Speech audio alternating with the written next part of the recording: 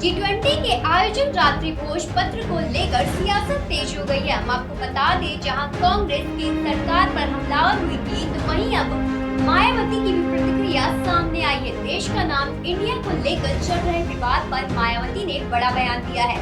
उन्होंने क्या बयान दिया है, हम आपको दिखाएंगे अपनी इस खास रिपोर्ट में।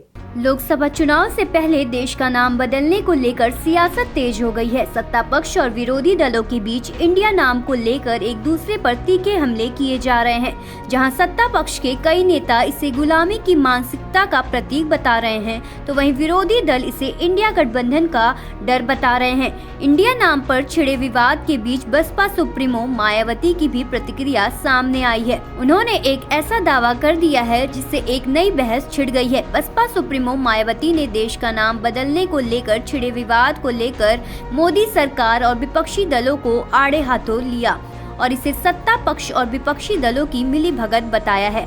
मायावती ने इस बात की भी आशंका जताई है कि देश का संविधान बदलने के लिए हो सकता है कि मोदी सरकार और विरोध दलों की ये आपसी साठगांठ हो कि देश के नाम को लेकर अपने संविधान के साथ छेड़छाड़ करने का मौका बीजेपी के एनडीए को या खुद विपक्ष ने एक सोची समझी रणनीति व षड्यंत्र के तहत।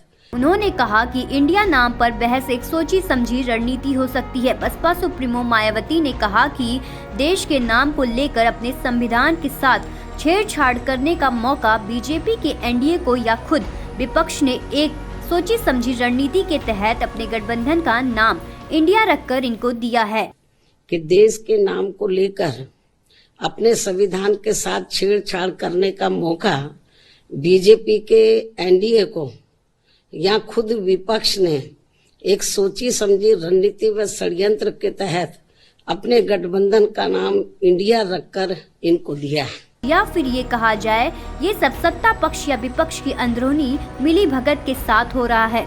इसकी भी आशंका है। ये भी एक आम चर्चा है जिसकी जितनी निंदा की जाए वो कम है। या फिर ये कहा जाए, ये सब कुछ सत्ता पक्ष व विपक्ष की अंदरूनी मिली भगत से हो रहा है, इसकी भी आशंका है। ये भी एक आम चर्चा है जिसकी जितनी भी निंदा की जाए वह कम है। उन्होंने कहा कि विपक्ष और सत्ता पक्ष द्वारा देश के नाम पर की जा रही संकीर्ण राजनीति करने से किसी को भी संविधान के साथ छेड़छाड़ करने का मौका मिल जाएगा।